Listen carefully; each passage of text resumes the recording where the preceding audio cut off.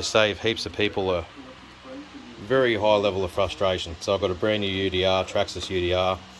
I wanted to install my ESS sound module that I pulled out of my very unfortunate Traxxas TRX4 rock crawler custom build over there. So I knew the system worked, and then I plugged it in here exactly the same as how I had it running in the TRX4, and I could not get a signal out of this for the life of me. Now, after heaps of back and forth searching the internet and YouTube, I found no one really had an answer as far as how they can get this thing to work unless they ran a completely aftermarket-esque.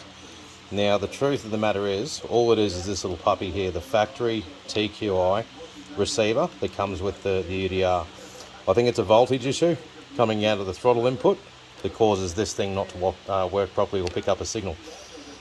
So, simple fix, get rid of this, chuck it in the bin, and look for an aftermarket receiver setup. I've got the FlySky GT5, it's an awesome little radio. The beauty of this is I can basically run two different FlySky GT5 receivers. I can have another one in my rock crawler over there, one here, and that'll allow me to pick between the different models. So I can actually go in here and set the model, so I can name that one UDR and then switch over, and I've got one receiver for both cars. And you can do multiple models in there, which is pretty cool. So, as far as installation, pretty simple. It fits in between the two shock towers quite well. I'm thinking by the time I put the body down, that's going to hold that relatively well underneath the shell. So I'm not too stressed about that sitting in there fairly loose, but I can't really move around too much at all.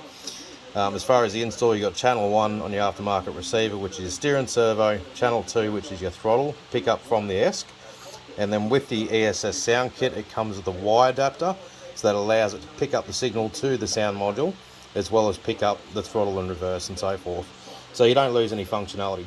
The cool thing about this as well, it's got SVC. So SVC is basically a gyro built into the receiver, exactly the same as what the Traxxas model has, so you're not going to lose that functionality, and you can adjust obviously how much it gets involved as far as high speed control to help you out and stop you from flipping her.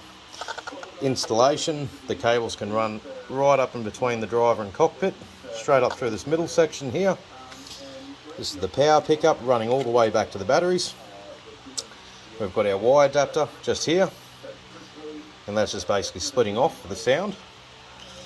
And then underneath the truck,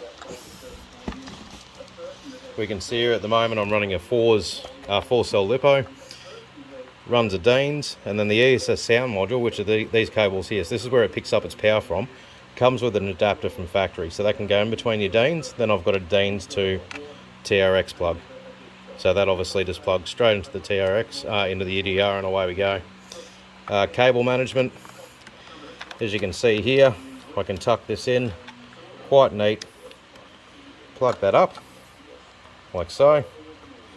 That sits in that groove quite well with the backing plate that it comes with to run the single battery. And then on the side here, I've actually dremeled out, or channeled out a little bit of that plastic. Reason being, when you put your battery cover on, it actually fits right back into the factory position. There you go. And then all you're going to see is basically a little bit of hot glue where I've got the cable retained, but that way I won't get tangled up in anything. So pretty straightforward modification once you identify that the Traxxas UDR receiver is a piece of crap. Anyway, hope that solves some frustration for you. Happy morning.